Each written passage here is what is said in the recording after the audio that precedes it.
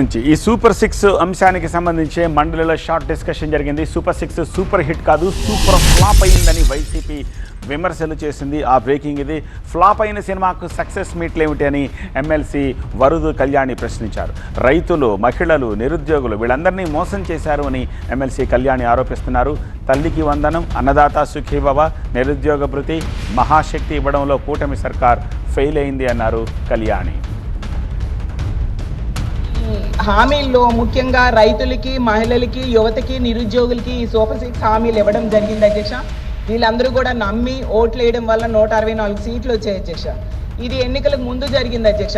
ఇప్పుడు ఎన్నికలు అయిపోయాక 15 నెలల తర్వాత అనంతపురంలో ఒక పెద్ద సభ పెట్టి పెద్ద ఎత్తున సంబరాలు చేశారు అధ్యక్ష. దానికి సూపర్ 6 సూపర్ హిట్ అని పేరు పెట్టడం జరిగింది అధ్యక్ష. దాన్ని చూసి రాష్ట్ర ప్రజలు ఎవరికీ అర్థం కాలేదు అధ్యక్ష.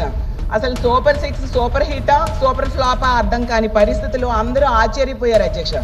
ఎందుకంటే ప్రతి నిరుద్యోగికి 3,000 చొప్పున 45,000 నిరుద్యోగ భృతి ఎగనామా పెట్టడం సూపర్ హిట్టా, సూపర్ ఫ్లాపా అధ్యక్ష.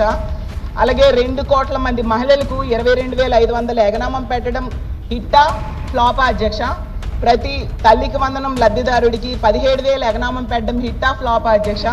ప్రతి అన్నదాతకి 35,000 ఎగనామం పెట్టడం హిట్టా, ఫ్లాపా అధ్యక్ష.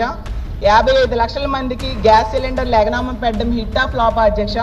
11 రకాల ఆర్టీసీ బస్సులకు శ్రీ బస్సు పథకాన్ని ఎగనామం పెట్టడం హిట్టా, ఫ్లాపా అధ్యక్ష. అది రాష్ట్ర ప్రజలకు అర్థం కాక తల్ల పట్టుకుంటున్నారు అధ్యక్ష. ఈరోజు మహాశక్తి మహామోసంగా మిగిలిపోయింది అధ్యక్ష. శ్రీశక్తి శ్రీకి వంచనగా మిగిలిపోయింది అధ్యక్ష. దీపం పథకం అర్ధదీపంగా మిగిలిపోయింది అధ్యక్ష. యువగలమేమో యువత పాలిట గరళంగా మారిపోయింది అధ్యక్ష. అన్నదాత సుఖీభవ, అన్నదాత దుఃఖీభవగా మారిపోయింది అధ్యక్ష.